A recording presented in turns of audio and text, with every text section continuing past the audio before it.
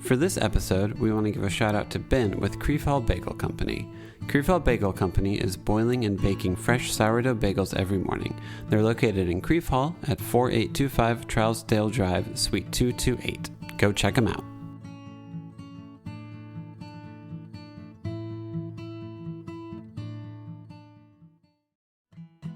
Welcome to another episode of the Nashville Dads. This week we have on Ben Gatlin. We talk about camping, buying a new house, the search for meaning, and how to be the best version of yourself for your family. I do have an extra note about this week's episode. Our goal here is to get to know dads in our city, and if you're a regular listener, you know we typically keep the topics light. Today, we want to let you know that part of our conversation with Ben hits on a serious and potentially sensitive topic. In March of 2023, Nashville experienced a school shooting, and we've been grieving as a city ever since. Our guest today is on staff and sends his girls to this school. We appreciate Ben addressing this topic during our time, and if you've got little ears listening in or want to avoid this topic, we completely understand. We appreciate Ben and thank him for his openness. Hope you enjoy. Did you get a chance to listen to any episodes? I did. I listened to the Creeving Bagel episode, Ben, and a few times I've stepped in. Our paths have crossed, and like he brought bagels to Covenant after the event, and I was like, "You're Ben." He was like, "I am Ben," and I was like, "I'm Ben too." I was like, "I love your bagels," and we were my wife. From day one. When they were pinging up in the neighborhood app, or whatever, next door, or whatever, we were a customer, and we were getting them during COVID. And so I've kind of followed him his whole career to when they opened up the brick and mortar store. So that was a great episode. Yeah, because you used to live in Creefall, right? Still there. Yeah, we just moved south of Creefall, but we still very much claim Creefall is where we are. Yeah. Now that it's cool. Now it's cool. Now it's cool. Thanks to Ben, it's now a cool spot to live. Yeah, That's true. Didn't you? So when you moved, didn't you pretty much just move for like one extra bedroom and a garage? Yes, and it made all the difference. With three kids. In our old house, we were in a 1950s ranch, which was wonderful. We did a full reno and like down to the studs. But we had our third kid, and our playroom was the same as our living room, which is the same room as our dining room and kitchen, because we really bought into the open plan concept, right? We were all doing that 10 years ago. And immediately when we had three kids, we're like, this is why open concept doesn't work in small houses. So we started looking, and we were looking at maybe expanding the house, maybe adding on. But ultimately, we were also on a busy street, and that was kind of what thought, let's see if we can find a quieter part of Creefall. And we just moved to South Creefall, right across from Grand Bay Elementary. And it's like, instead of a 1950s ranch, it's like a 1980s Cape Cod house. And it's end of a cul-de-sac. And it's like this beautiful story of, I was on a run one morning in April, and I was trying to add mileage to my run. And I went down this cul-de-sac, and I saw this house at the end. And I stopped with my phone, I took a picture, and I sent it to my wife. I was like, this is it, sweetie. This is the dream. This is what we've been talking about. This is where we want to be. And it had a for sale sign on it, but it had a, under contract. I was like, doesn't matter. Like, this is it. Let's just get on the same page. This is it. She was like, absolutely. That's what I want. Well, when you go to Zillow and you look at a house and you scroll through it, the algorithm flags it. It's like, oh, he's interested. So 24 hours later, we log on Zillow, and it's like, hey, that house you looked at yesterday fell through. It's not under contract anymore. 4 days later, we were under contract. We had toured it, and it was incredible, this quick transition. And we had lost maybe 3 houses in the process of getting into a just different space, and we finally got that one. And it was like, man, that's it. Like, they always say, like, oh, it's meant to be when it works out. And we're like, no, that's so true. It's cliche and it's accurate. And it worked. And we upgraded with a playroom over the garage, game changer. Nice. One extra bedroom, and had a swimming pool, which was a deal breaker with young kids. It's not worth the headache or the stress. My in-laws have a pool. They live right down the street. And I think it fell through because the pool, something didn't pass inspection. And so the previous owner was like, I'm not interested. We didn't want a pool. We're like, if that thing collapses, we don't care. And so we put an offer on. It was accepted like that. It's been a great family house for us. And we at the end of a cul-de-sac, you just don't find those often. So I think it's kind of our forever home. I could see that. That's where I grew up, was in a cul-de-sac. And it was great. We knew every single family on that street. We had like street parties all the time. That's cool. And on our particular street, we had like 20 to 30 kids. Yeah. They all range from different, like from 3 to 20, but there was like 20-something kids that we always played hide and seek with, or all types of parties. Oh, yeah. That's cool. And you play in the street. Yep. You can actually play in the street. Yeah. We could not play on our street at all. There's no way.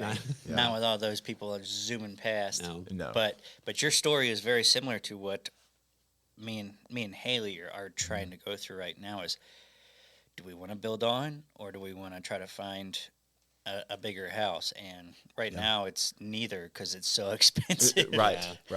I mean, we looked at the cost of building on and adding a second floor.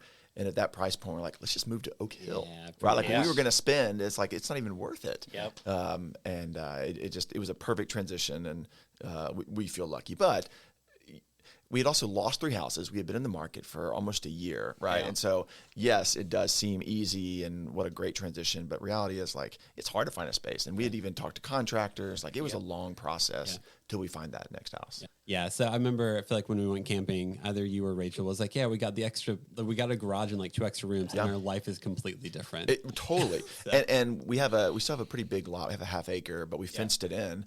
And with young kids, you feel weird saying, okay, go outside, but I'm going to watch you the whole time, right? And now it's go outside, and I don't even think twice about them being outside. Yeah. Worst case scenario, they get over the fence and they're in a cul-de-sac, right? Like in Creve Hall, like the safest thing ever. And basically, it was a huge upgrade in life for us. Yeah, we built a front fence for our house for that reason. We had a dog at the time, and every time we'd open up the door, kids walking into a house and a dog running out is just a recipe for anxiety and stress, and wondering if your dog's going to run in the middle of the street. So we built a front fence, and now it's like, okay, we're going up front. Cool, just don't go outside the fence, or if you want to, let me know so I can come out. Yeah, and having neighbors that makes a big difference. Like, we just got a dog in the summer, and Buddy would get out, and we knew how far he had gotten because that neighbor would text, be like, hey, your dog's here. I'm like, he made it 3 houses down the cul-de-sac. That's awesome. But it was cool. You could almost see the progression of where he stopped and smelled and played. I think there's one time we had forgotten to close the front gate, and our dog got out, and I looked out the front door, and I was like, hey, that's a cute looking. Oh, it's mine. That one's mine. That's our dog. How did you guys meet? Oh. Yeah. Man. Was it through camping? It was either through camping or through kid birthday parties. That's what it was. We first met at a kid birthday party. That's right. It was backyard birthday parties. Backyard birthday parties. And you go to these parties and your kids are all playing and you're like, well, we're all tired. Like you kind of find the dad that is similarly tired and dressed like you, like he's in it with you. And I think that's where we met. Probably. And being a similar height, it's like you just naturally make eye contact. That's right. Yeah. Yeah. And you guys are both pretty tall. Yeah. There's no introduction. You just say things like, how's it going with a 4-year-old, right? Like you don't have to, there's no other point of connection you need. Yes. You just know. Is that your kid picking his nose? That's it. Right. Like, well, he taught him, so he better be picking. That's how it works out. Yeah. Mutual friends. And then those mutual friends were like, hey, we're going to go camping. And my wife and I were like, maybe we should get into camping. Daniel and the Quiniuses. The Quiniuses. Yeah. Okay. Mm-hmm. And how do you know them? So my wife and Blair Quinius are friends from Waco, Texas back in the day. Okay. And then they moved to Nashville and just we connected with them. But Blair and I first connected over retro campers. So I 10 years ago, 8 years ago, from a neighbor, I bought an old 1970s Apache pop-up camper.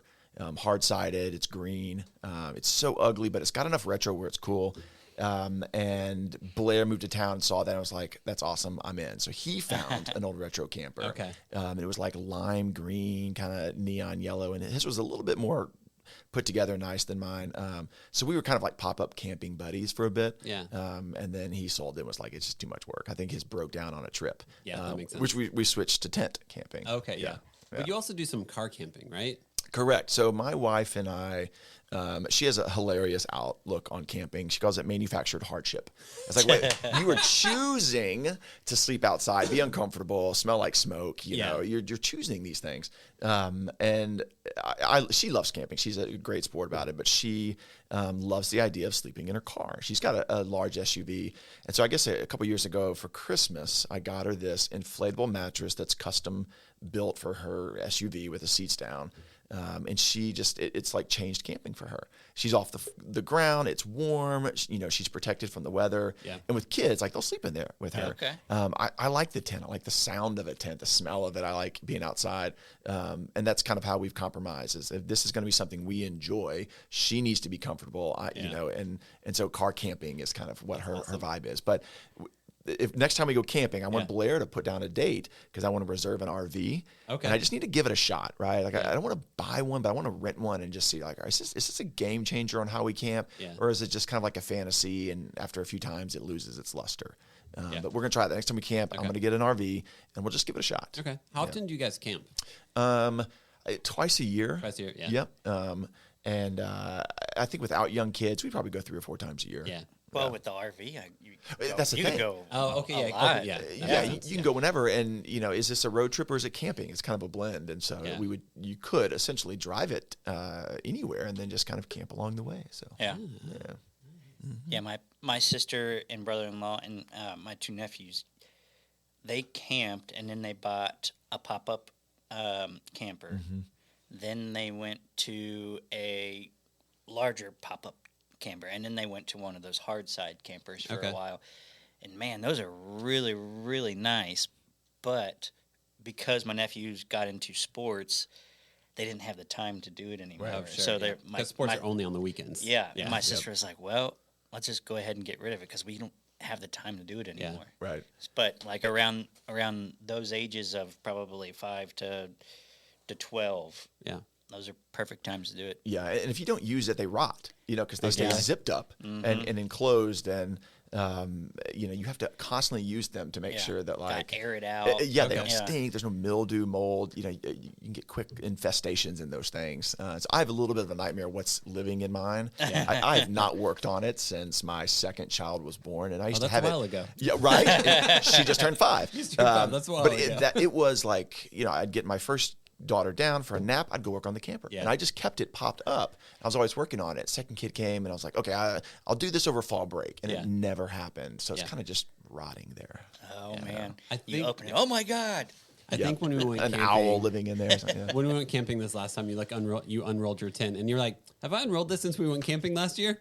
No. I'm pretty sure I haven't. No. Yes. I'm sorry for whatever that smell is. Yeah, and I always say that you clean up after camping. I'm going to go home. I'm going to open it all up, air it out, clean it out, and you never do. Never. Yeah. I feel like having the third kid put me more in that boat. Whenever we only had 2 kids, I feel like you'd be like, I'm going to do this later, and I would. Right. But the third kid changed it from like, I'm going to do this later to like, you either do it now or you don't, and you need to stop lying to yourself. and this is what switched in my head. It's like I can either go clean out my camping gear and put all of my OCD into work where it has to be aired out, dried perfectly. Do it right. Or I can spend an hour with my daughters. Yeah. Right. And so like that little voice has like, I guess for good reason, like allowed me to neglect some of my habits, some of my hobbies, because it's either I organize my camping gear, I work on my gross camper, or I go engage with my daughters, and that's that kind of call you have to make with hobbies and kids. Did you ever, you have 3 daughters. Mm-hmm. Did you expect to be a girl dad whenever you started having kids? No. So I'm one of 4 boys. Oh, okay. I grew up, I have 3 brothers. I'm the second oldest. And I'm 6'4", and I'm the smallest of the 4. So so I've got big brothers. Holy crap! They're huge. 6'7", 6'6", and 6'5". I mean, you look like you would be a tight end if you played in like the NFL. But when I'm around them, like I look up. It's a really interesting feeling. You really feeling. Look up to your brothers. Well, yes, right. They're big guys. My 2 younger brothers played college sports. Okay. My older brother, he's just big. Yeah. He was a college athlete. So all I knew were boys. Yeah. And then, you start having kids and out of nowhere you're a girl dad. Yeah. And it's all you know. It's just what God has given you. And so it's the best thing ever. It's also all I know. So 3 girls, and they always say, well, you can try for a 4th. I'm like, maybe like a boy would be great, but it sounds really hard, a 4th girl. Oh yeah. Right. And so part of me is like, nah, I think we're done. Yeah. But I love being a girl dad. The emotions are pretty intense. But it's funny growing up with 4 kind of rough boys. I think I would probably say that out of the 4, I'm more just like in tune with my emotions, right? Than the other 4, and it's all relative.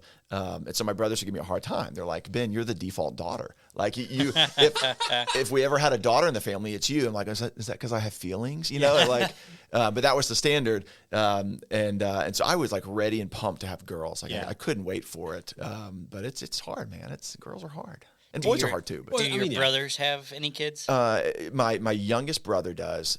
He's got 2 boys. Okay. Just had his second boy, a few months ago. But my older brother does not, and my middle brother does not. Okay. Yeah. So they don't understand the whole emotions and having girls.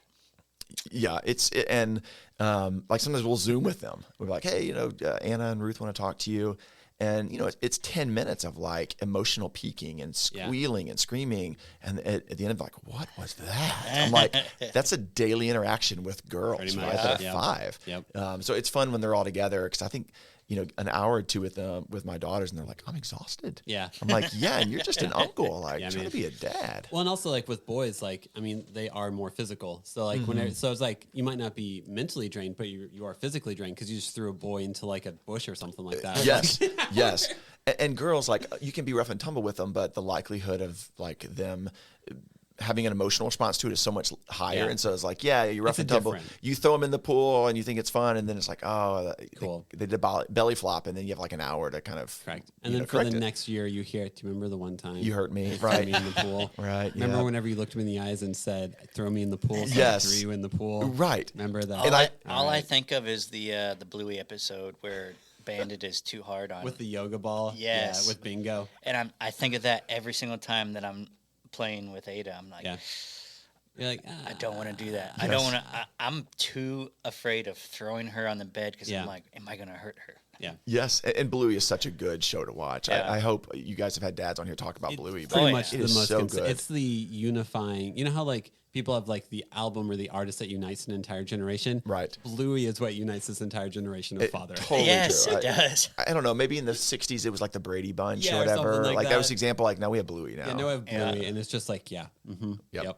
Set a standard. Yeah, even Freddie O'Connell. Freddie O'Connell was like, "Oh man, Bluey, Bluey, the yeah. best show ever." And I'm like, "Now I know you're a real person, Freddie O'Connell." That's right. That's so true. And they'll have like a whole episode where like no one talks and it's just like rain. the rain. Yes, Yeah, that's the a rain. great one. Yeah. That was wonderful. And I also relate to it because it's the Bluey wants to go out and play in the rain. The mom is like, "Please stop making a mess." Yes, so tired yes. of cleaning up after you. Yes, and it's like, how do you make a beautiful episode that like says so much and Yes. there's no sound? It's just, the animation's great. It's a really good show. When you started out with your career and everything, didn't you live in LA for a while and do film stuff? I did, yeah. My career trajectory doesn't make a ton of sense. It makes sense to me, but it's like to explain it. But your LinkedIn is a little confusing. Where were you originally from? So born and raised in Memphis. Oh, okay. And in the 6th grade, we moved to Tupelo, Mississippi. So it kind of depends on who I'm talking to. I'm either from Memphis or from Mississippi, but I genuinely feel like a native Tennessean, which I am. But then like I go home to Mississippi. That's where my family is. My parents are there. But Mississippi, I didn't feel connected enough to go to Ole Miss or Mississippi State, right? That's kind of what everyone does. So I was like, well, let me get out of here. And I went to Missouri. Okay. Yeah, Mizzou. My mom went there, my granddad, my uncle, and they're all from Missouri.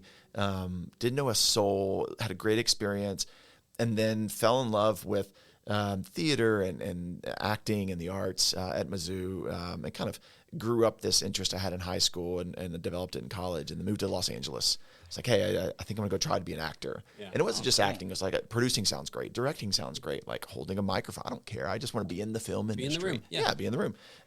And gosh, almost a year of it. And I learned quick, thankfully, that like it's just not a city for me. And the aspirations are still there, but it's a hard city to live in. And I lived with 2 good friends from Mizzou. Did some acting classes, did a random handful of extra work on some funny projects. Worked at some restaurants, worked at Paramount Pictures, which was cool. But after a year, I was like, I'm done. And I think my best stories out of that year are stories of failure and like missing opportunities than there are of like actual opportunities. But I think everyone who lives out there has got those stories. Probably. I think you told me a story once where like you were this close to getting connected with J.J. Abrams. Yeah. Whoa. Are you a Star Wars guy, Justin? I am. Okay, so I'm working at Paramount, and it's like springtime. I'm thinking, you know what? I'm just burned out. I may want to move away from LA. And my boss at the time comes to me, and he's like, hey, we've got this guy that Paramount Pictures has hired, and he's going to revive the Star Trek movies. And he's got an office here on the lot, and he's looking for just a personal assistant. Like, he just needs a dude to go get his dry clean, to go get him lunch. Like, he's just going to pay you to be around and help him out. And at the time, I'm like, that just sounds terrible. It's not what I came out here to do. Yeah, I came out to be an actor, right? I'm a I'm a thespian. And I was like, oh, that's below me. Yes. So I said, no, I'm good. I'm going to move back to Texas and kind of find some other paths. Well, it turns out it was J.J. Abrams. Yeah. And I'm a huge Star Wars fan. Yeah.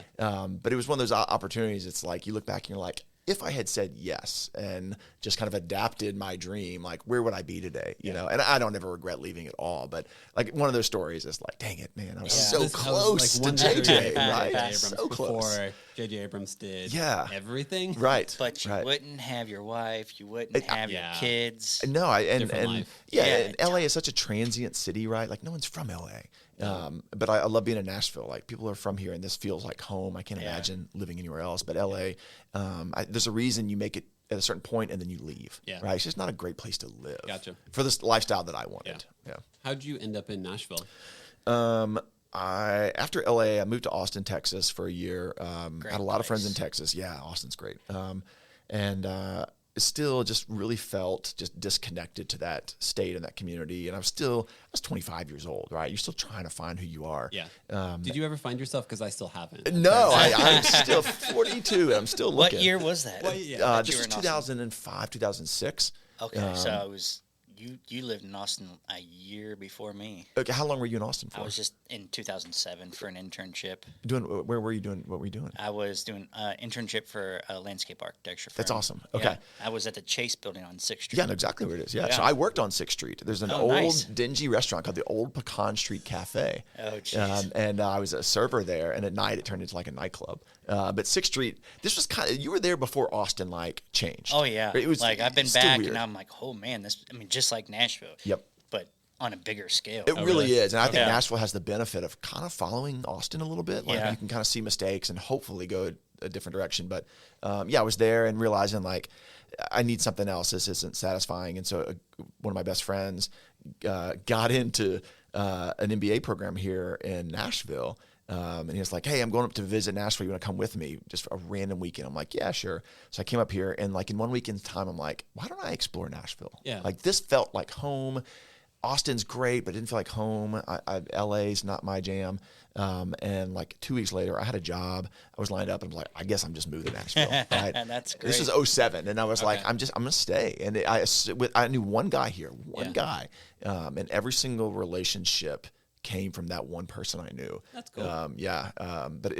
But Nashville, it is one of those blessings. It's like, you can, once you find your city, like, you can do so many things, right? And once you find your career, but Nashville is like a stable thing for me. Cool. It's steady. That's awesome. What all jobs have you done in Nashville? I feel like you kind of like, I don't consider you like a career focused person. You seem more similar to me, where you're like, if this helps my family and this is good, then that's what I'm going to do. Yep. So if it's this or that, that's awesome. Am I a good person? I've had a really, and I used to be ashamed of it. I used to be like, I need to find something. Right? I'm nothing if I don't find who I am. Or because there's a huge pressure on everyone to be like, well, what's your purpose? And you're like, enjoy a bowl of cereal? Maybe, I don't know. And so I really bought into that pressure of I need to find who I am. And I can't tell you guys how many like career interest profilers I took, right? Or like personality assessments. Well, what is an ENFP really going to be an life, right? What does an Enneagram 7-4 feel like he needs to be doing? And so I did all that. And one thing was consistent is I always worked at a summer camp in college and after college, and I loved it. And I think I was pretty good counselor. I was great with kids and enjoyed it. And so I went to grad school when I moved to Nashville. First job was working at a publishing house. That transferred over to Opryland. I worked at Opryland Hotel, managing conferences. Again, it just kind of like, I need to try some things out. Yeah. And then I got into grad school at Vandy, and I was like, this is a cool chance for me to take 2 years and study leadership and education. And at the end of that, I was like, maybe education's right for me, right? Cool. And maybe not education, but working with kids. That was kind of the thing. So after grad school, I stayed and worked at Vanderbilt for a couple of years doing undergrad admissions. And I was good at that. I really connected with students, and then transitioned from that to working at a high school as a college counselor. And so just the theme of like working with kids and families was a really good theme for me. And it worked. I was good at it. I didn't find success in money, right? It's just not the industry for that. But I found success in kind of going from school to school to school of like increased responsibility and just a deeper impact. And that was success for me. If like, oh, I'm really well known as this type person in the education world in Nashville, right? And so I kind of developed this niche of working with kids and families in schools in Nashville, Vanderbilt, Father Ryan, CPA, and then Covenant. So that was like one thread that I don't know if I chose it, but it just kind of worked for me. Yeah. And crazy, there are a couple times where I've tried to make this leap to real estate. Yeah. And my whole life, like I think I want to develop houses. I want to develop some cool neighborhoods. And then something like the 2008 financial crisis hits. Yeah. Oh, And I'm like, what the worst thing you could do is go to real estate. Maybe don't go to that industry. No, right so I'm now. going to stick with education, right? It's always stable. Yeah. Another time, like the pandemic hit, 2020 hit, and yeah. I was really close to making a move out of education. But then that hit, and there's no steadier place than a school. Yeah. Well, little did I know that was actually a fantastic time to do real estate, but missed Yeah. that Oh, opportunity. yeah. But who knew J.J. any- Abrams, huge real estate market. But in missed them both. 2020, who felt confident in doing anything? No one. You don't know. And so So- I've stayed in education through a lot of life, and then I started having kids. Yeah. And my whole outlook on working at schools and working with other people's kids and working in education changed. Yeah. It's really interesting. It's very poetic of this great energy and this desire I have to be with kids and be in their lives and connect with parents. It kind of went from, hey, I'm a single guy to I'm a married guy with no kids, and I'm great in this space. And everyone was like, man, you're really good at this. Wait till you have kids. Like, you're going to be a great dad. And then I started having my own kids. And I stayed in that space for a while and working at my kids' elementary school. Things have just rapidly evolved and changed. Yeah. And then you throw some really hard times in on that, and it's like, yeah, you really do think like my why. Like, why am I at this school? Like, why am I doing this? And that really changed my outlook on work as a parent. What's the point of work? And I thankfully I can say this. In a year's time, this obsession with finding out who you are and your purpose in this world and what did God create you to do to create value, it's just been upside down, right? And I think that was a prayer for a long time of, I don't know what this obsession is with finding who I am so I can be successful in work. I don't know where that came from, but it's truly behind me, and it's been so good to let that die. I think a lot of men have that ingrained in them, that their career is who they are. It's success. And that is the success. I mean, I'm until I had Ada, that was me as well. Yeah. I'm a executive operations manager and partner, and that is who I am. Yeah. Now I'm a dad. Yeah. I'm a dad and I'm a husband, and I'm loving it. That is my purpose. Yeah. Is to make her as successful and smart and Set up for success. Yeah, as you possibly can. And a trap with that is you can say, all right, I'm going to be a great dad by providing a lot for my family. Yep. Right? I'm going to work really hard and I'm going to have a great job so my kids can see me take work seriously and be successful. Well, that's a trap, and you can also say, well, I'm earning you're not a lot. with them. You're not with them, and that's it. And you're like, well, I can earn enough, and we're going to be able to afford that Disney World trip, right? And therefore, I'll be a better dad. And that is such a trap to get into, especially in America. So at 42, like I feel really blessed and grateful that that got shattered early on because I tried. There's not a book I didn't read about not making career your life, right? How do you not idolize this? And how are you, as a Christian man, how do you not make work the end all be all? And none of it really clicked, right? Until 9 months ago. So I feel very grateful. Yeah. No, I mean, similar. I don't think it was until we decided for me to be a stay-at-home parent, I finally acknowledged to myself, all right, your wife is similar to mine. We're they're good at careers. Yeah. They are gifted at being good at jobs, being good at careers. Heather's always been able to get into a job, make it better, and then be financially and positionally rewarded for that. Right. Whereas like I'm half of what she does. But like, whenever we first got married, it was my assumption that I needed to figure out how to make enough money that my wife could stay home. Yeah. Yeah, it absolutely was. Was any of that what Heather wanted? In my head, it wasn't a conversation to have. It was like, oh, if I want to be a successful Christian male, I better be making enough money that she can have this opportunity. Right.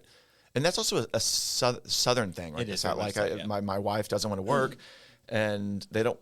And then it's like, well, then what? If you're not working, and what if your kids are grown? Like, what do you do all day? Yeah, exactly. And I, it's my wife for sure is the breadwinner, Yeah. and always has been in our marriage. And I tell you, a wonderful byproduct of this dynamic that my wife and I have is, you'll never see me talk to a stay-at-home mom and say something like, "Oh, you don't work." Right? Oh, no, you work your tail off. Yeah, you do stuff Right. constantly. I'm not a stay-at-home dad, but I genuinely see that work has nothing to do with income or title. Like being at home with kids is incredibly difficult, Yeah. and working at a school, like a lot of summers and breaks, like that's what I'm doing while my wife doesn't have that time off, and that's a grind. Yeah. And I've got friends who are pretty high-level executives, and they'll say like their hardest days of the week are when they've got a sick kid at home, or their hardest days of the year when their wife has to do something and they take time off when they're with the kids. Yeah. Because as a guy, like that's hard work. Yeah.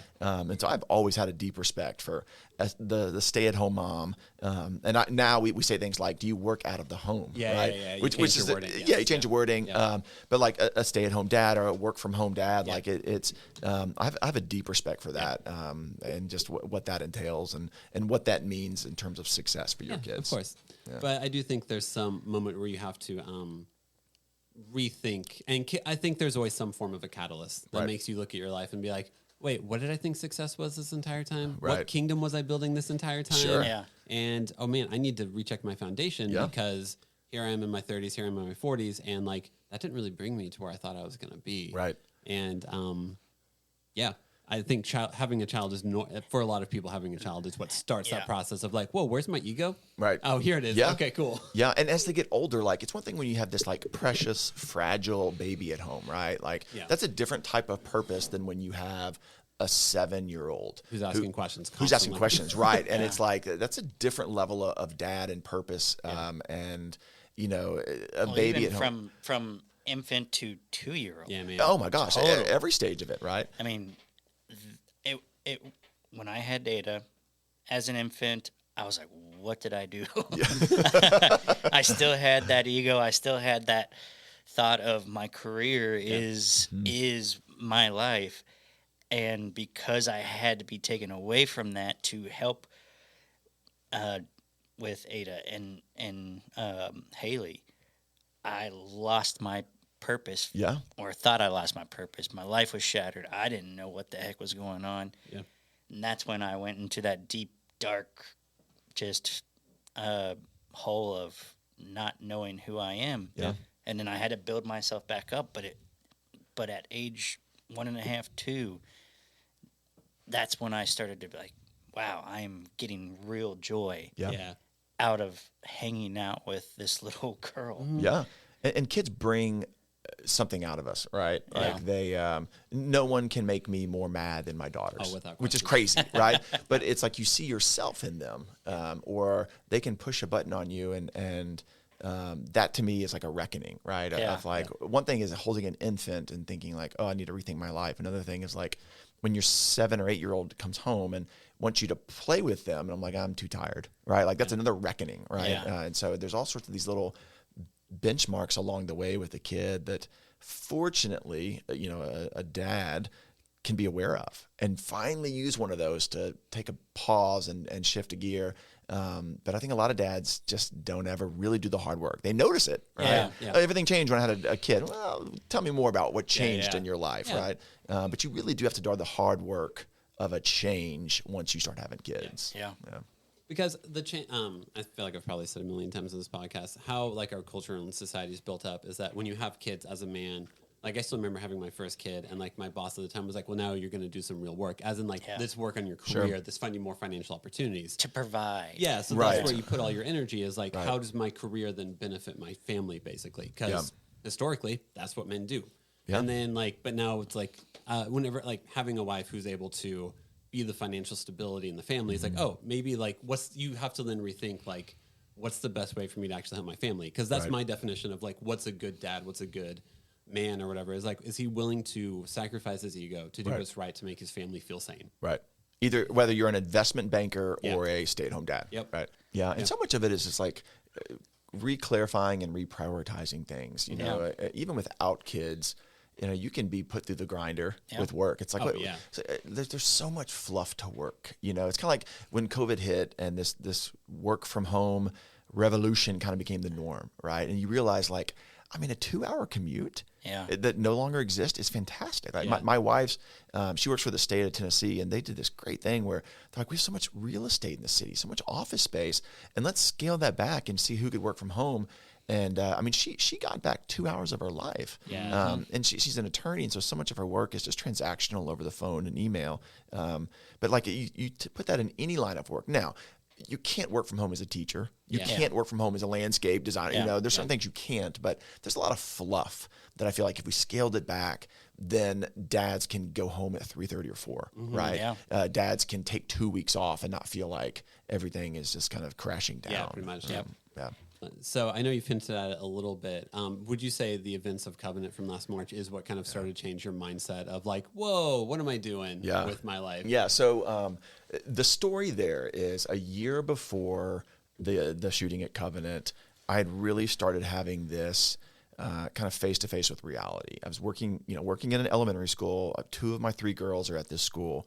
I just started noticing I'm just tired. I'm tired. I'm angry.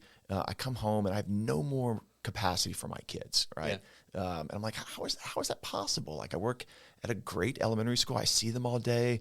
They're doing so well at school, and I come home and I'm yelling at them.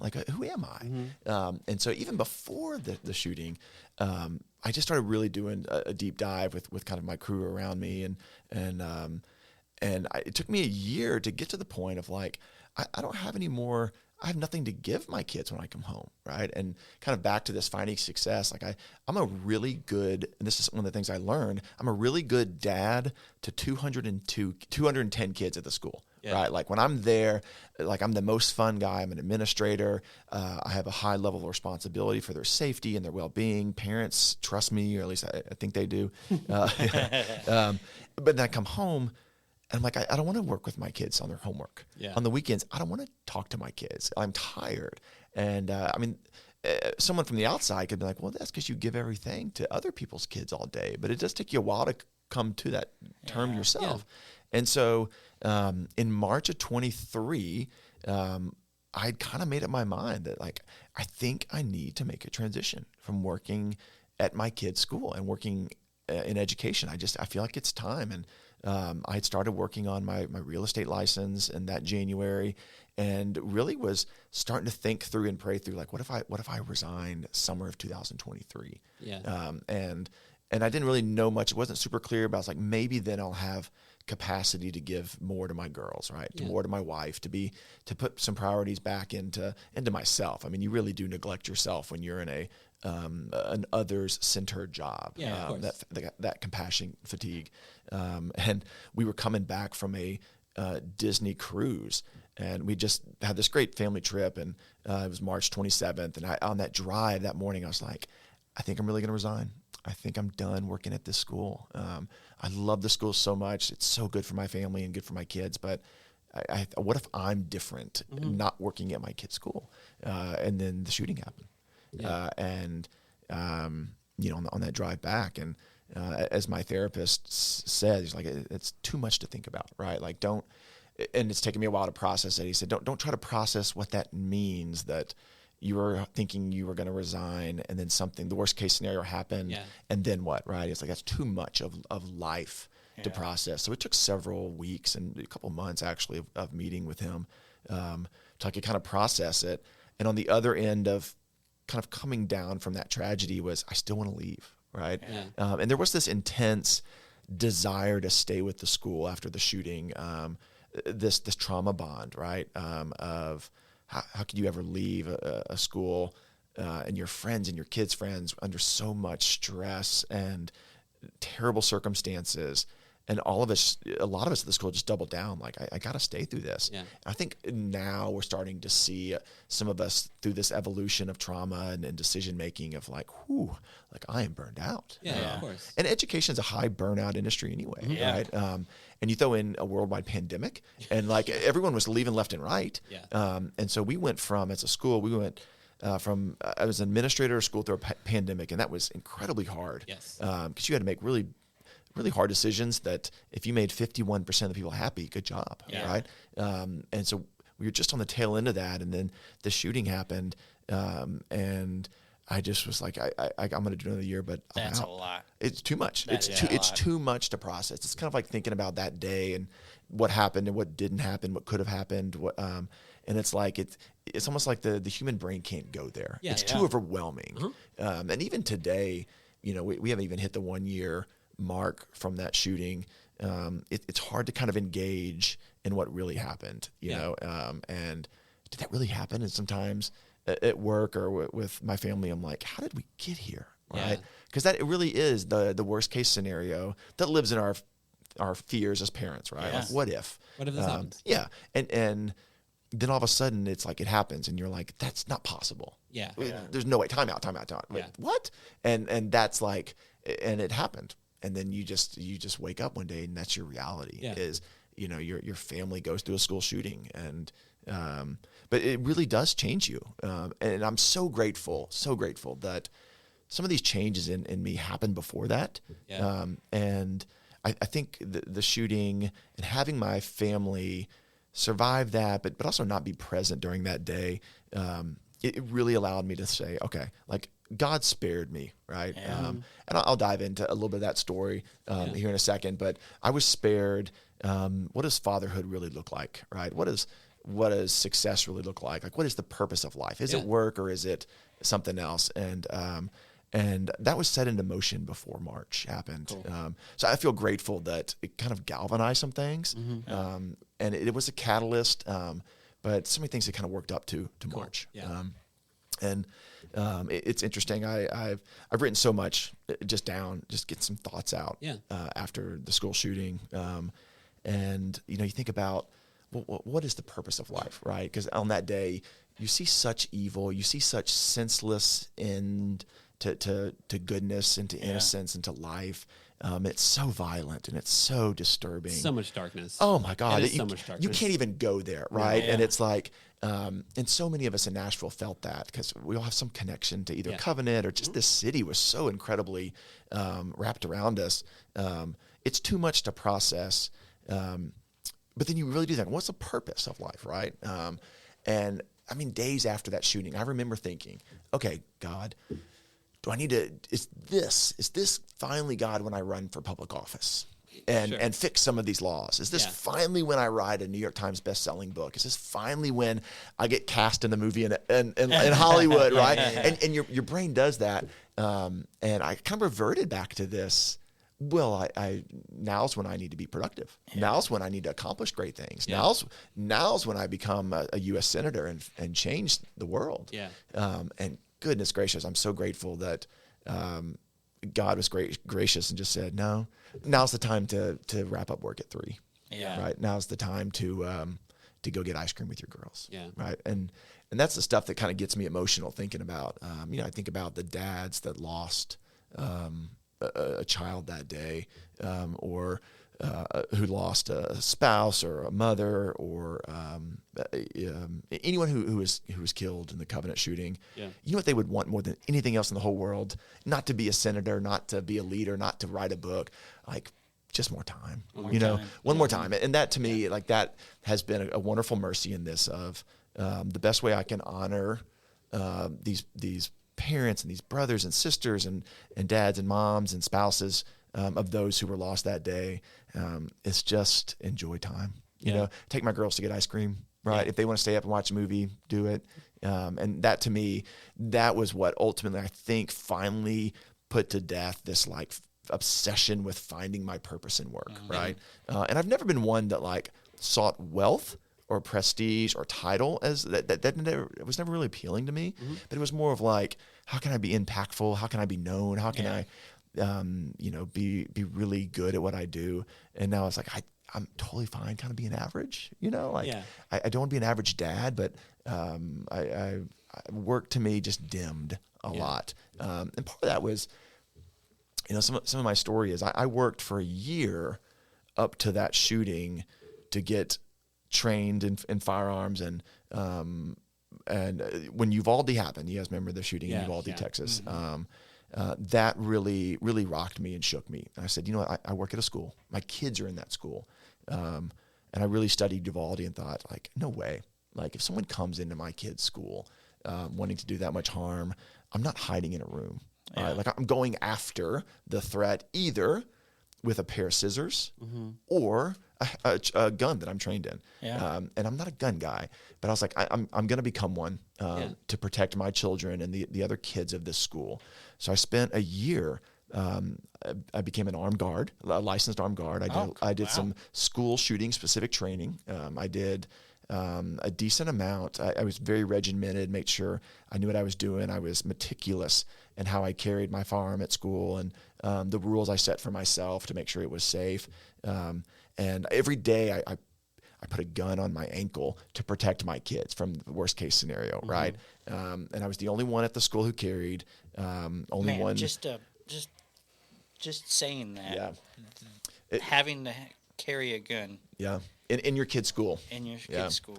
And knowing it, and with the hope of it being the best, like you are the protection that you want to offer to your children. Yeah. Yes. Yep. And my girls knew I carried. I kept it pretty quiet. I didn't want them to live in that world of guns, but the teachers knew I carried. So I trained to stop a school shooting because my kids were in the building. And I took 2 days of vacation. Last year in one day. It's coming back from that cruise and a school shooting happened at the school. It's too much to think about. Your therapist saying, "Hey man, yes, it's too much. The process." Right. And that kind of added to this. Like, well, what's the purpose of work? Because there was so much purpose in being trained in a gun. So much purpose in being trained to stop a school shooting. And then I took a family vacation and I wasn't there that day to stop a school shooting. Like, what was the purpose behind that, right? And so it really makes you rethink purpose. The Nashville Police Department and pretty much any military person I've talked with about kind of my struggles with, not being there that day and the survival guilt, they said, brother, if you're there, you're dead. Like, you break down the moments, you couldn't have stopped it. And that to me has helped. I need to constantly hear that of all that training. Like, you'd be gone, your kids would be fatherless if you're there, right? And in my mind, I fantasize about being a dad who stops the school shooting where his kids are in the building, right? There's no better headline, right? Like, you are the ultimate dad. You're the hero. You're the hero. You're at the White House the next day. You're the ultimate G.I. Joe. You stopped the school shooting. Your kids are in the building. And it's because of the protections and the preparation that you did. Correct. Led to that moment. Correct. And it's not reality. But it's not. And instead, I was returning from a Disney cruise. My kids were in my car, and it happened when I wasn't there. Right. And even if I had been there, the people that study our situations, like, you're a goner. Like, you can't go toe to toe with that. And that to me was validating of, if I'm there, I'm dead. Because I'm not in a room. I'm out, trying to engage the threat. So that has really shaped who I am as a dad and what the purpose of anything is, right? Yeah. Man. It's heavy, I know. No, but still, thank you for being willing to share. Because, that moment shook the nation, shook our city to its core. And I remember whenever, like, being in disbelief to see, like, the notification and, like, wanting to text you immediately, but being like, I'm sure Ben's getting like 5 million texts right now of like, are you okay? And I hope to never have the question in my head of like, do I text this guy to make sure he's still alive from the school shooting, is a question I hope I never have to ask myself again. And it is one of those weird things that, why do we have those? Why do we have school shootings? And how do you stop them? And I don't... There's no easy answer. There's no easy answer. And there's too much evil, right? And this side of heaven, like, if it's not that, it's something else. And it is a good reminder that you take the small things in life, right? Don't make them ultimate. Just stay grounded and stay balanced and, like, constantly go back to what's important. And just surround yourself with people that are supportive of you and the whole thing, like, life is a gift and it can go away in a second. Like, that's totally true. It is, though. It is. It's true. It's true. Yeah. And it doesn't make any sense. Yeah. The fragility, we spend But you can't think about that all the time. No, It's a weird balance, but I do think our ego and our psyche is constantly trying to not make us remember that we're mortal. Yeah. Right, right. And it doesn't have to make sense, right? Yeah. You hear stories of like wonderful pastor and his kids are killed in a car accident. You're like, why? Yeah, Like, yeah. It's They so were good senseless, people. right? It's so senseless. Yeah. But that is a reminder that like, yeah, it's a senseless, fallen, broken world, and you got to find beauty in it, and you got to commit to that. Yeah. And you gotta find something other than what the world says you got to be doing for success. Yeah. Yeah. Amen, brother. Yeah. But yeah, so you're going to go into real estate though, which should hopefully make your schedule completely different. Right. I do think as I've gotten older and had more kids also, I realize it almost feels like you only have so much mental capacity every single day. Yeah. And so you get home sometimes and you're like, all right, I used up all my good energy somewhere else, I guess. Yeah. But that's it. Yeah. That really, and it's my friends who are in real estate say, oh yeah, you're going to be busy. And I'm like, I'm not afraid of busy. Right. Yeah. I'm busy now working at a school. But it's like when I come home, I've either spent all day, working with other people's kids, working with other parents in this world of childhood development, and come home and that's my reality at home too. Yeah. And it's like, I kind of want to shift that. Like I want my day to have a different focus. And then when I come home, I miss my kids today. Right. Yeah. Like I can't wait to do homework with my second grade daughter because she needs me. Right. And I want to have capacity for that. And the people I've talked to as I make this transition say, hey, you're going to be working weekends. I'm like, I'm totally fine with that. Yeah. Like that's during nap time, right? And what I'd give up is I can take them to school and not be stressed getting them out the door. Yeah, right. I can pick them up maybe at 3:00. And so I'm none of the transition makes me nervous as a dad. And I've put a lot of hope in the shift in kind of schedule and energy to allowing me to put myself more into being a dad to my own kids, not to other people's kids. Yeah. Yeah. And I'm hoping that I see that. Yeah. I think since I stay home, or like my morning is basically how do I make sure the girls are ready for school, and Heather always drops them off at school. My role whenever I wake up basically is like, all right, make sure kids get fed, make sure backpacks are ready and everything. Whereas like if I was also working, oh dude, that'd be so stressed. Like it sucks. That's like whenever I'm like, should you go back to work? It's like, if you do, you don't want to go back in this scenario where both of you are rushing out the door. Being like, I said backpacks, I said shoes, let's go. Yeah. I don't like that version of myself. That's so true. I in the morning at 7:30, my kids' shoes are falling off, their jackets, they can't find the jacket. Is this the right foot? Exactly, right? And I'm like, okay, I'm stressed because of that, because they can't get their backpack strap on. And I'm stressed that like I'm looking at the clock and like my boss is expecting me to be on duty at 7:30. Yeah. And those two worlds, some people can do it. I can't. I just reached a point where I couldn't do that anymore. Yeah. And I think the switch to a career where there's more autonomy over my schedule, more flexibility, my kids, getting them out the door for the next 12 years of their life, like that's reality. That's what we're gonna be doing.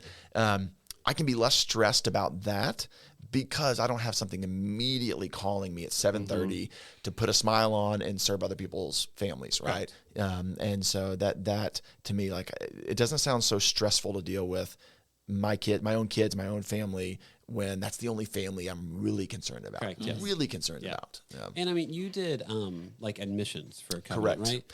Yep. That's what I do now. Yeah. Cool. Yeah. So like most of your hope with admissions is like, how do I take you take people's families and try to elevate their children to the best versions of themselves. Yeah, totally. Is the hope of that, right? Yeah. So yeah, if you're doing that every day of like, how do I make sure these kids are achieving at their peak? Then you get home and your daughter's like, what's 4 times 4? And you're like you're in multiplication already? Come on. It's I love the theory of relativity is so relevant to kids. Yeah. Like my favorite thing for a parent to say is, my kid is so smart. I'm like, oh, tell me more, right? Like relative to what? Relative to your expectations on them? Relative which to also like is interesting. Correct. And it's like relative to national, regional, local norms. And like working in a school has like exposed that. Like I'm so grateful for kids that like and I hope they don't ever listen to this and hear me call them average, but like I'm totally fine with that. Like I have seen the benefits of just being average, right? It allows you to really focus on important things rather than have the kid that's reading 3 grades level too high. Right? Something that my professors in college and I recently heard, I think on a podcast as well, is the average kids are usually the ones that are the people's bosses. Yes, that's so true. Because the people with the A's are always the followers, always the ones that are just doing what whatever they're Oh, told. gotcha. Yeah. Yeah. So I found that fascinating. I dismissed it when I heard it from my teacher, and then I'm like, yeah, most of the people that had C's are owners of companies that defied a lot of teachers and everything like that, and that's the way. Yeah, I mean, my wife says something funny. She's like, in law school, there was a saying. I think this is how it went. Your A students become judges, right? Like that's the ultimate goal, to be a judge, right?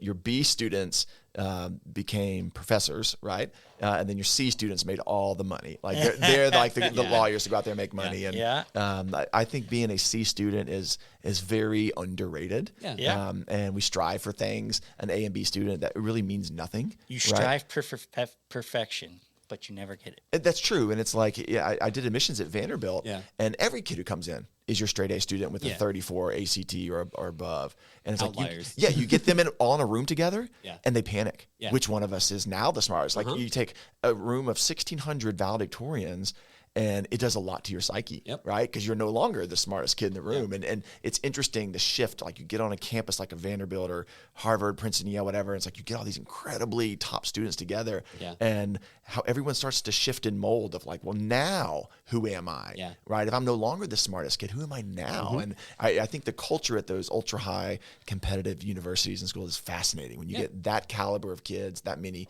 in one room, how they all kind of shift around. Yeah.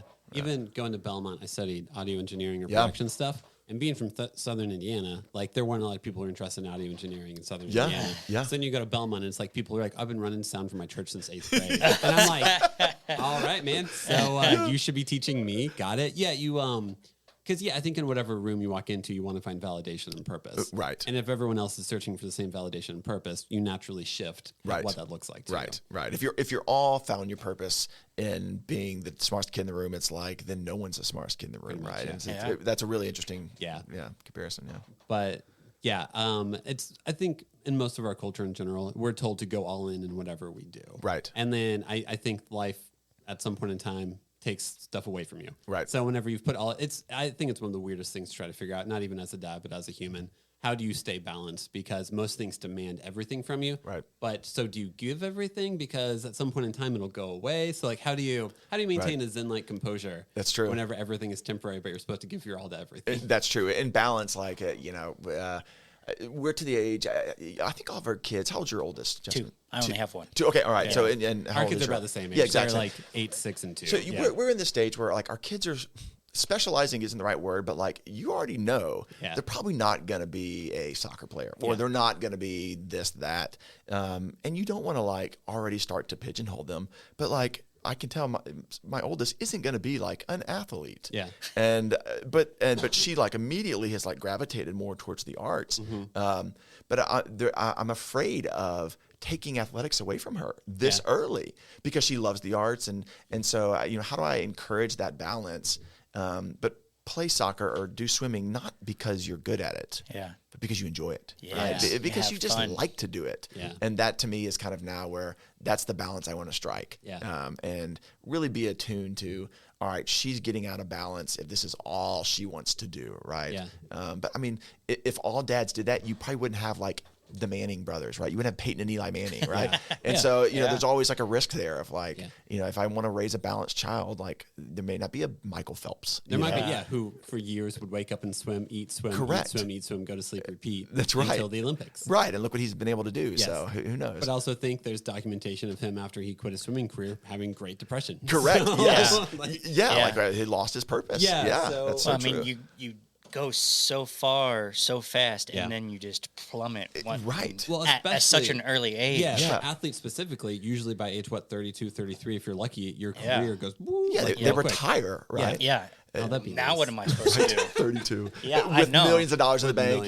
You would think you wouldn't be depressed or have loss. I mean, you'd be like, everything would tell you you've arrived, do whatever you want to now. And so true.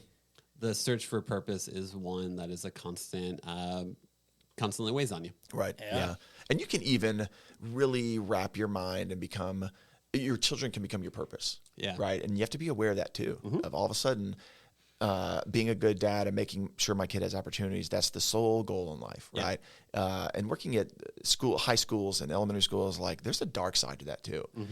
And you got to be careful not to make your kids your purpose, right? Because then the risk is they grow up and, the world revolves around them. Right. And they never see mom and dad have a purpose beyond them. And Rachel and I, a lot of times we talk we want our kids to see us do our hobbies, right? And pursue things and not be great at it. And that's why I think date night is so important. It's like, hey, we enjoy life away from you, right? And now they throw a fit, they cry, and they don't understand it. But that's a seed we're planting that like, oh no, mom and dad like find purpose outside of hovering around us, right? And they have lots of loves and enjoy and things that bring them joy. And I think did you do that from the very beginning, or is that something that you are just now kind of? I think from the very beginning. Rachel and I married late, so we had the benefit of a lot of wisdom that we had gathered in kind of the Christendom world, right? Of this is. When you get married, make sure that you spend this much time together. When you have kids, like let them see you love each other. And we've been very lucky that a lot of that has stuck with us. One of the things that we committed to early on was, when you have kids, they're like, oh, you'll never travel again. Right. You'll never get to try. Hope you enjoy your house. Right. And we're like, no, I don't want to do that. And we really pushed ourselves to travel with our kids. And man, we've paid for it in some bad trips with just meltdowns on the plane and blown out diapers. The idealism is not there. No, but like we stuck to that. And I think we've also stuck to, this idea that like we want our kids to see mom and dad have a life outside of them, that there are other things that bring us joy than just their success and happiness, and just that we were people before they came. And my wife Rachel, she's really good about this. They'll say, who did you love? I forget what they ask, but long story short, my wife will get to say like, actually, your dad and I, we were a family before you came. Like we loved you before you came. Like you didn't make us a family. Like mom and dad were a family before. And that's a good credit to her of making sure they know that like, no, like we had a wonderful life before them. And we have a wonderful life with them, right? They don't complete us. They didn't make us who we are today. Like we chose to bring them into our life, right? And it's great to say and great in theory, and it's hard to practice. But I do think early on, Rachel and I have done a good job of making sure our kids know that like we had a wonderful life before they came, and they've added so much. You've enriched it. They've enriched it. I do want to ask questions about your therapy dog. Do you say you just got a Yes, therapy dog? that's right. Buddy, the golden retriever. There's a group called Comfort Connections.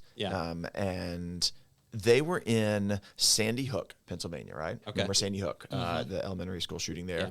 She was up there for I think 5 or 6 years, and just kind of planted herself there. And it's a nonprofit group.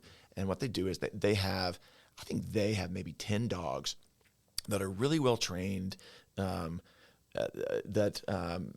connection between human and dog, right? There's a lot of research that shows like it's so regulating and so calming, and really helps with all sorts of children and adults that need assistance, right? And support.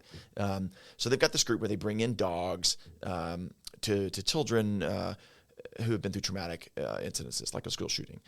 And part of their kind of ministry is they place dogs in families, right? That they believe so strongly that a pet or a dog is so such a relief to trauma and has such a therapeutic purpose behind it that they place dogs. So she was in Sandy Hook for 5 or 6 years, moved to Nashville a few years ago, just like, hey, I think I'm just going to move to Nashville. And then the shooting at Covenant happened. And she called the school and she's like, you're not going to believe this, but like, this is my group. This is what I do.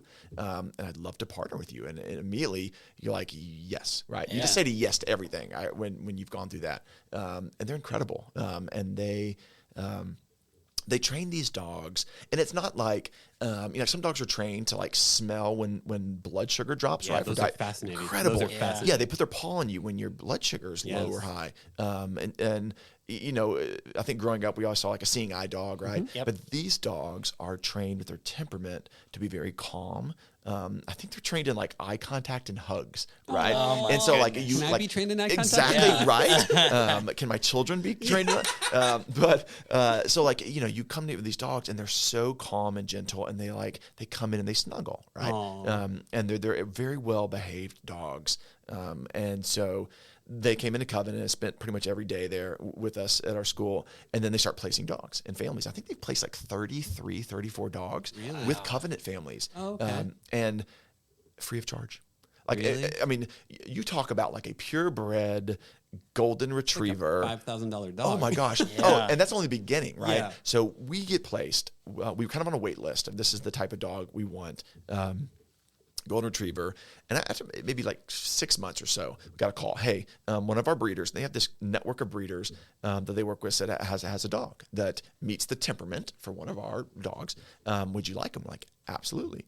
So you have to wait 2 months, so they're not the puppy. Yeah. And they drove them down from St. Louis, outside of St. Louis, and we got Buddy. But not only is it free, right? Or not free, but it's a donation. Yeah. It's a year's worth of vet bills taken care of, wow. right?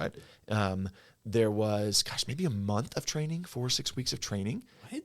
Totally free of charge. What's the name of this organization? Yeah. again? Right? Comfort Connections. Okay, cool. Give them more ad They're time. unbelievable, Yeah. right? Like they need it. And so at the end of a year, and there's some boarding. We can get some free boarding. All the shots are taken care of. Wow. And it's just an unbelievable organization. But we got to be to benefit from that. And so we have this dog named Buddy, and he's a puppy, right? So he chews, and he's a bit rambunctious, but like he's got the best temperament. Yeah. And he's so sweet, and he's so sweet with the girls. And we've met these other older dogs, and you're just talking about like a dream dog. Yeah. Buddy doesn't bark. What? There's no sound. Buddy doesn't bark. Buddy doesn't like bite the girls. Like a very even-keeled, well-mannered dog. Wow. And that's kind of what they do. And Buddy, I think, will probably get some more training to be a little bit more of like an official service dog, where he can wear the vest that says, Okay. I'm working, please touch me, right? You know, the dogs yeah. say, I'm working, don't touch me. Yeah, yeah. This is, I'm working, please touch me. Oh, really? And so okay. they're exposed to children and large groups of children, so that when they're when kids run up again, they just sit there and Yeah. they love it. So that's Buddy. That's cool. Yeah. If I can ask, since your family wasn't present for the day of the shooting, Yeah. have your daughters had much trauma from it? Yeah, If that's okay to ask you. totally fine. Okay. So yeah, the trauma for them, when something traumatic happens, essentially there's something out of control, right? Something Yeah. that you lose control over, right? And if it's a traumatic death or a traumatic accident, like my kids didn't have a choice to have peers, killed in that way, right? They didn't have a choice to come back and have their entire school shut down for 3 months because it's a crime scene, right? Like, Yeah. so the trauma for them is different. Sure. My kids, they're pretty not anxious, but they were just pretty high energy kids anyway. Mm-hmm. And you throw this on there, and there's like you throw all these unknowns on top of them. Yeah. You throw this stressful situation when you have to introduce children to the concept of a school shooting, right? Like that's Yeah. traumatic. You can't deliver yeah. that message in a way that's not. And one of the horrible things about what we had to go through is you can't lie to your kids, right? Yeah. Because then they find out from Johnny in their class, right? Or from, I remember when we got home that night after it was happening, it was all over the news. And of course, my parents are like watching the news, right? Trying to catch up. And I'm like, God, turn that off, right? Yeah. Like they were just talking about the details. Yeah. And my kids are picking up on that. And so there is trauma, Sure, yeah. I'm so grateful that they don't have the trauma of their life being at risk, right? Which yeah. their peers did. Correct. My kids have the trauma of seeing Rachel and I totally crumble, right, to a state where they're like, what is wrong with daddy, right? What is wrong with mommy? Will I ever see that person again? You won't, right? And so there is a trauma there. Sure, yeah. But it's a really interesting look at how they've handled it compared to other children. And that's one of the most fascinating things that I've seen is everyone's handling it differently, and there's no formula to making it through. They used to say there's 9 steps to grief or whatever. Yeah. Out the window, man. It's like it's all over. And I think our girls feel it differently at different times. Yes. But I'm so grateful that like loud noises don't give them PTSD. Yeah. Being in a closet doesn't scare them. There's certain things that don't bother them. That their friends had to experience. That the friends had experience. That they did not. Yep. But they had some other things that we have to be aware of. No matter what, they were. You had to introduce pure evil to your children. Mm-hmm. Yeah. One of the hardest conversations. Well, before I say that, we're telling both our girls, they're 4 and 7, about what happened that day, and we couldn't not tell them. So we're in the car as we're getting the information, and I'm getting it through text messages, and I can't even begin to tell you the state I was in. Yeah, of course. And they kept saying, "What's wrong with Daddy?" Right? Yeah. And they knew something was wrong, and they said, "What's wrong with the school?" And all Rachel and I could do was say there was a tornado. Right? Oh, sure. Because they understood that, right? Yeah. We do tornado drills, right? There's a tornado, and we're making sure everyone's okay. Yeah. And that kind of bought us time, right? Of like, how do we grasp this? And so that night, we knew we had to tell them because it was a tornado didn't do it justice, right? My reaction to the information I was getting via text and phone calls is not. It doesn't do a tornado justice, right? That's not fair to them. And Rachel's reaction, and so we told them we used words like a bad person shot and killed, right? And I'm so glad we did. Like immediately they knew the truth. And we got to control that narrative. That was what Rachel and I said. We have to control the narrative, and we told them the truth. And that's traumatic, right? And Ruth, my 4-year-old. I don't even know where she got this. She would cover her ears and say, "Stop talking. I don't want to hear about this." I'm like, where would you have picked that up? Yeah. Right. And that was such a moment of like, that's just the way she was wired. Like, I don't want to talk about it. Yeah. And I think immediately she just heard something that was too much for her to handle, and she shut down. Yeah. And my oldest, Anna, asked questions. Yeah. Why did they do that? How did they die? Well, they were shot. Well, how do you die if you're shot? Right. Like, unbelievable questions. And like the day after, we talked a lot about heaven, right? And she said, "Daddy, it sounds like heaven is a great place." I said, "It is, sweetie. This is where the kids went and the adults." And she stopped. She said, "Well, I want to go ahead and go to heaven. Can I go now?" And I was like, okay. Sure. Pause. Right. So it was this moment of like, wow, like that's where her brain went. She was like, and I joke, like I oversold heaven. Yeah. Right. Like you're a great salesman. but isn't that truth? It's like, yes, of course we want to get to heaven, but not now. Yeah. Right. It'll come. And I want to dictate how I get there. Right. Yeah. But in her mind, it's like, well, can I go ahead and go there now? And I'm like, no. Please no. And so it was like this really weird, way to watch her process trauma and death and evil, and where kind of her mind went. But there's a thing I think about parenting a lot is just because you're uncomfortable discussing something with your kids doesn't mean they're going to find out about it. Right. So the more you can figure out how to lean into the discomfort of it, such as like, all right, if your kids want to discuss sexuality, like, well, they're going to ask questions. Totally. Yeah. So you're going to have to answer at some point in time. Do you want them to learn from you or someone else, right? Learn from their friends. Which one's it going to be? That is so true. I think from early on, whether it's sex or evil or violence, like either you expose your children to that and you control the narrative exactly how you want to, or they're at the mercy of their peers, their classmates, a television show, an iPhone in middle school. Like you tell you're going to find out. You're going to find out, and you're rolling a huge dice there of how they're going to do it. And I think like addressing reality is a really important thing for kids. Yeah. And then it's funny. And then it's like, well, what about Santa Claus? And you're like, oh, totally real. Hold on. Totally, easy there. No. Because you want to have your kid, it's right. You want your kids, I think what most have of us... some magic in the world. Yeah, what we mostly miss about our childhood is the ability to be whimsical, yes, right? Right. And you don't want to take the whimsy from and your pretend, children. Yes. Right? Pretend. And live into your pretend worlds and stuff. Because as an adult, that's what I feel like most of us miss is the mental space to be able to fully engage and play. Right. And I think that's what most dads wish they were able to do more on a daily basis. Is not be so stressed by their day-to-day life that they can actually engage and play. Like Bluey's dad. Correct. Just like Bandit. Just like, yes, right. Just plays with his kids. That's what every dad always says is like, Bandit is willing to play at all times. Yeah. Yes. How do you do that? Now that's the perfect dad that no one's ever going to get to. That's true. They set a high standard. He's the highest standard possible of fatherhood. So true. But yeah, you're right. I mean, to go back to playing, almost.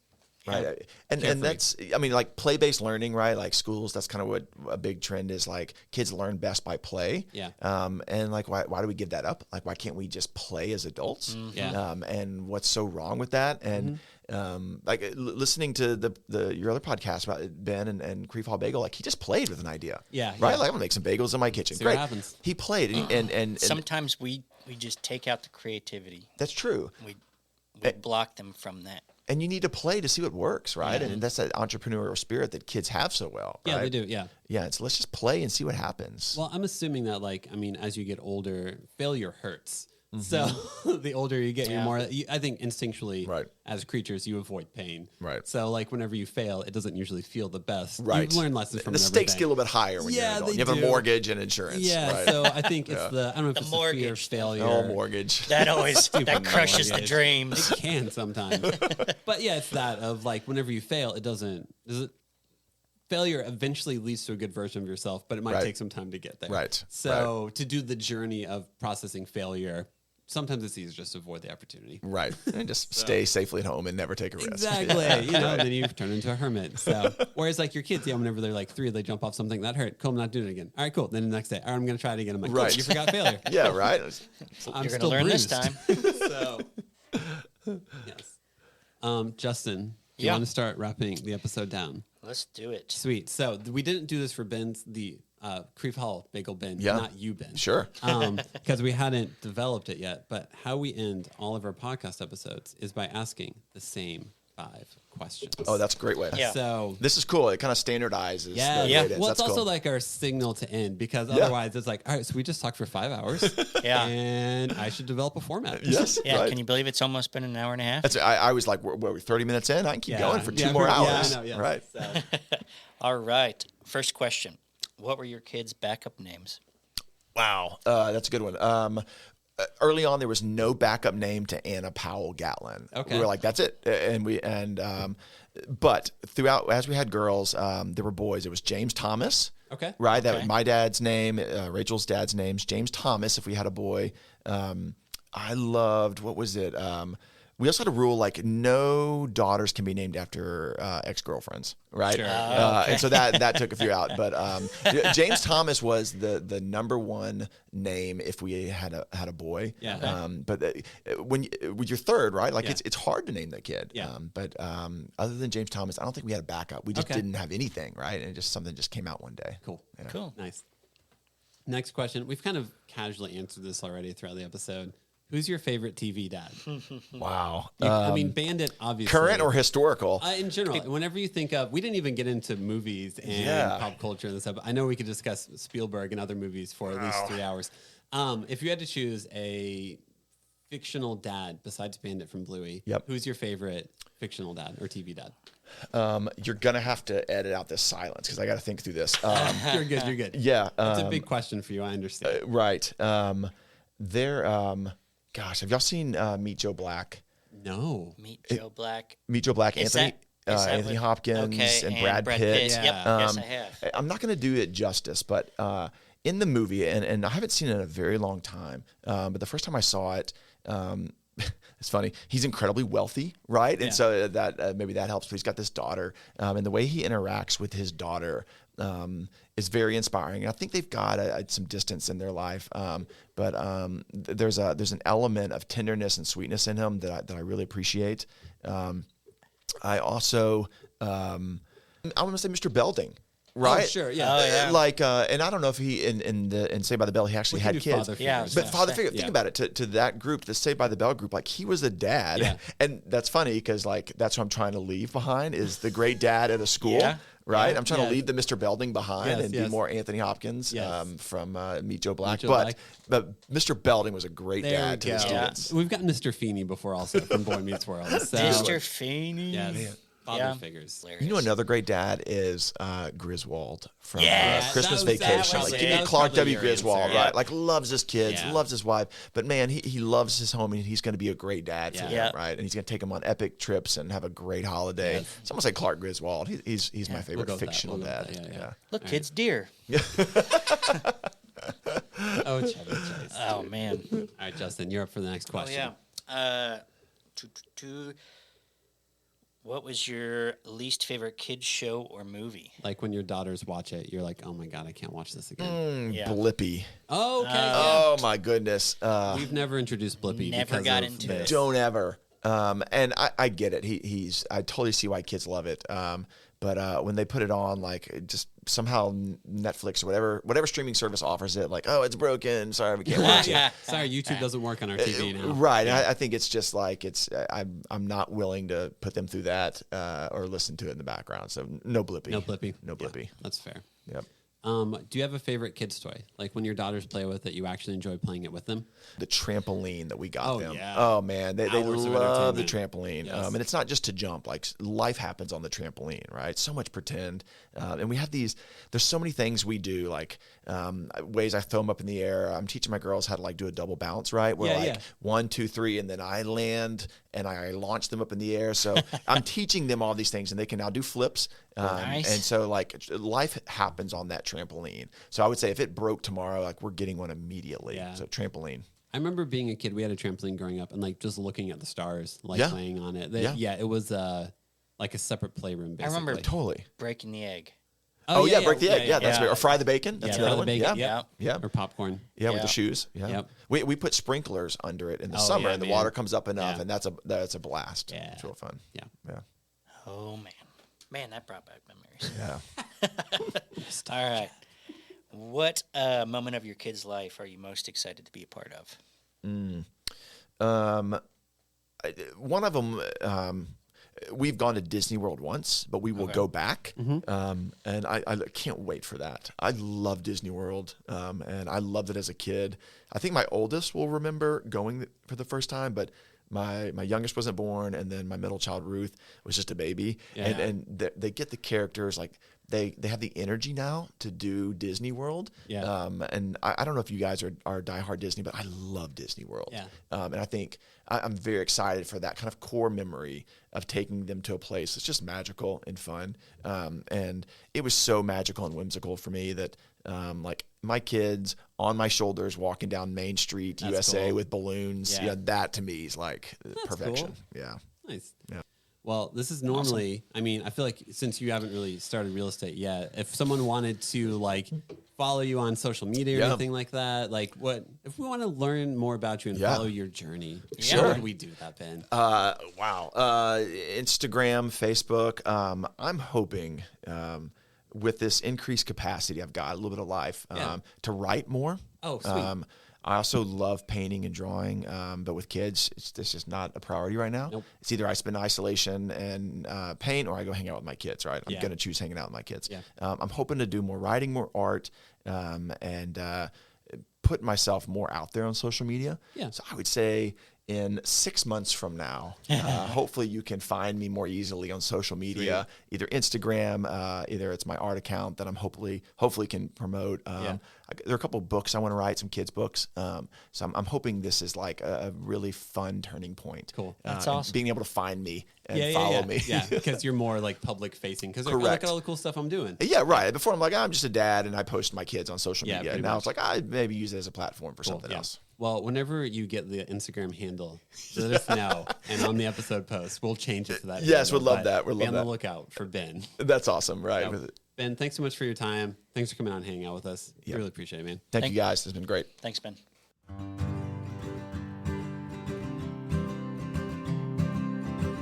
Thanks again for listening. Make sure to follow us on Instagram at The Nashville Dads and to subscribe to us on Apple and Spotify podcast. We record at New Light Podcast Studio and episodes are produced by me, Devin.